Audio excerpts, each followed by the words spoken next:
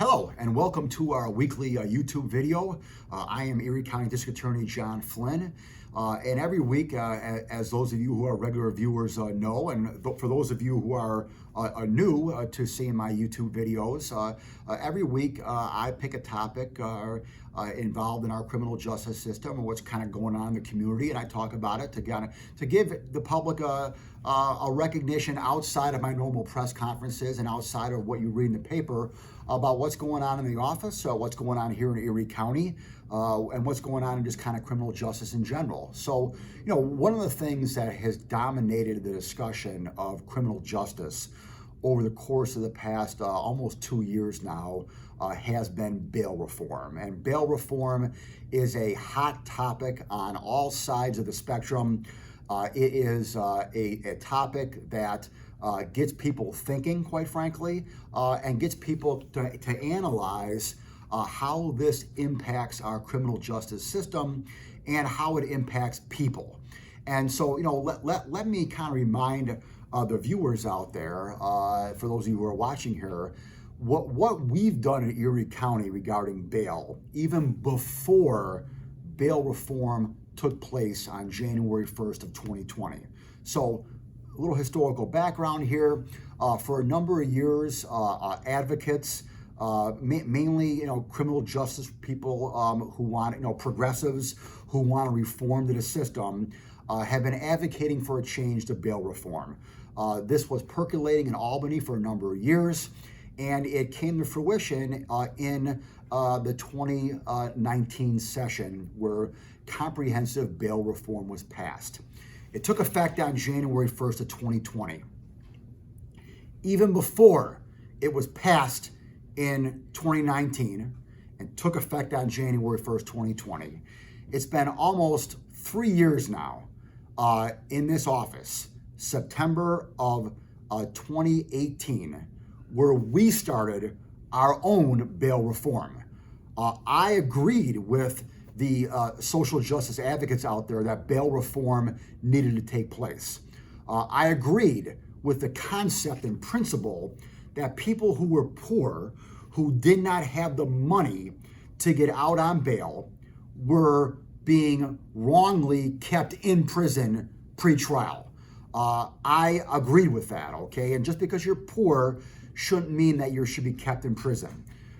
That concept, like I said, is something that I believe in and I agree with, all right? So in September 2018, I told my assistant district attorneys who practice in the misdemeanor courts, that would be Buffalo City Court and all the justice courts, the town and village courts out in the suburbs here of Buffalo, I told them on misdemeanors and non-violent felonies, no longer ask for bail.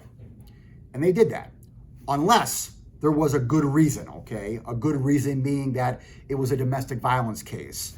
A good reason being that the individual had a history of not coming to court.